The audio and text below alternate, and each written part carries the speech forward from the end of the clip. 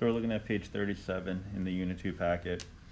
Little statement at the top here: unusual results or any scores that lie outside of the range determined by mu plus or minus 2 sigma. So that's very much like what we have worked with in the past, especially in Unit 1 with that empirical rule.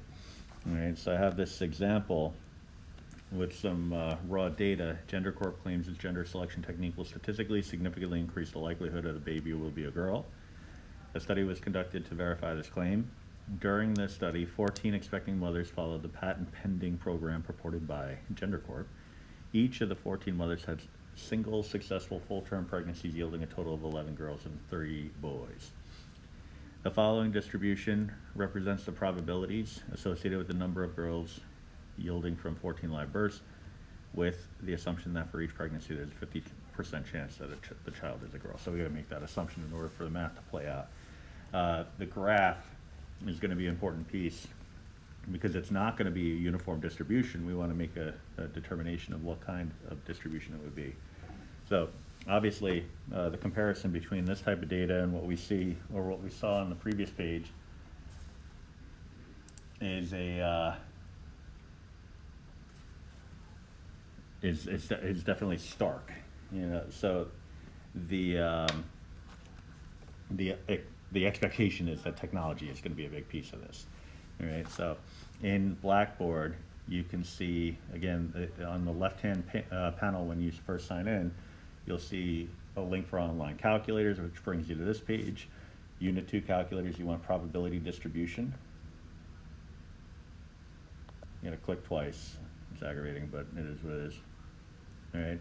And then what I did was I just beforehand I typed in the data so that I wouldn't have to waste your time trying to get better with that. All right. So this is what the graph looks like when you type in the data. That looks roughly bell-shaped. And it looks like a bell-shaped distribution.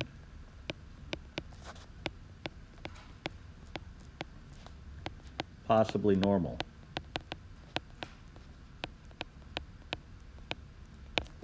All right. Now, from this information, we want to draw a conclusion whether it's unusual to get 11 girls among the 14 live births. So that means that we're going to have to compute mu plus or minus 2 sigma, but not really. Just really going to state what mu is and what sigma is, because the Desmos calculator is going to do that for us. So mu is 7, and sigma is about 1.875. All right. So what this is telling us, you know, it says the mu value is 7. Mu, or the mean of a probability distribution, is also known as the expected value. Because basically we just kind of stripped the context of this problem right down to that of basically a flip of a coin. So if you kind of, you know, think of it that way and say, okay, if I flip a coin 14 times, how many heads would I expect to get? 7, probably. Something in that neighborhood anyway. That's where this comes into play. This is giving us a sense of the neighborhood surrounding the 7. All right. So if I want mu plus or minus 2 sigma, I can do the computation by hand, or I can use the usual interval calculator. L stands for the lower bound and H stands for the upper bound. That's not really as necessary for you to know. You can see very clearly there's a mu minus 2 sigma and a mu plus 2 sigma there. So mu plus or minus 2 sigma will give us the usual range. My iPad moved on me.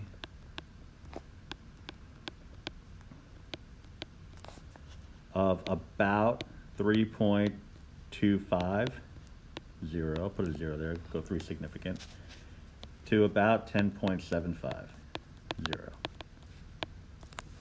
Right. So they're asking us, can we conclude that it's unusual to get 11 girls among 14 live births? Yes. So therefore, 3 dots in the form of a triangle. Therefore, it is unusual to get 11 girls out of the 14 live births.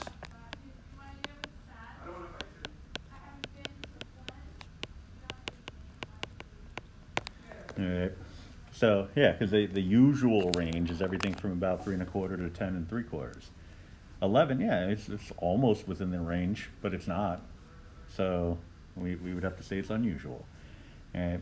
And so that's the computation, which, again, it didn't really amount to much in the way of computation. And you can see that the usual range is indicated on the graph by those red dots and the line segment connecting it.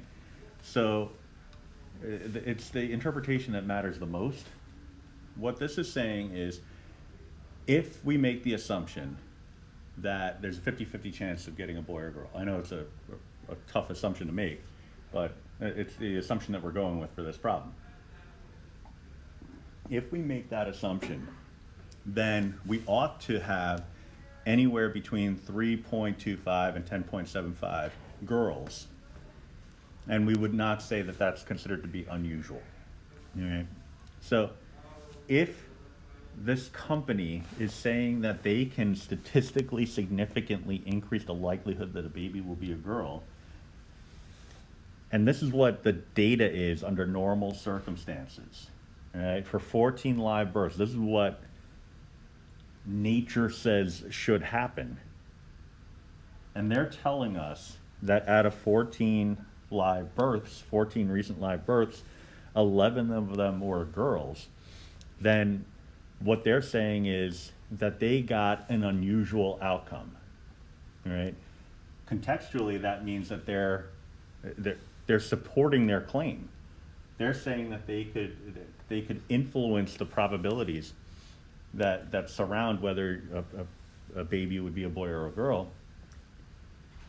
And it looks like they achieved something, at least in this one instance. Now, whether that happens again and again and again, that's a different story, and that's where inference testing comes into play. But we're not quite there yet. But at this point, we're just kind of looking at it at a case by case basis. But this is kind of the beginnings of the analysis that we're going to have to be able to conduct moving forward.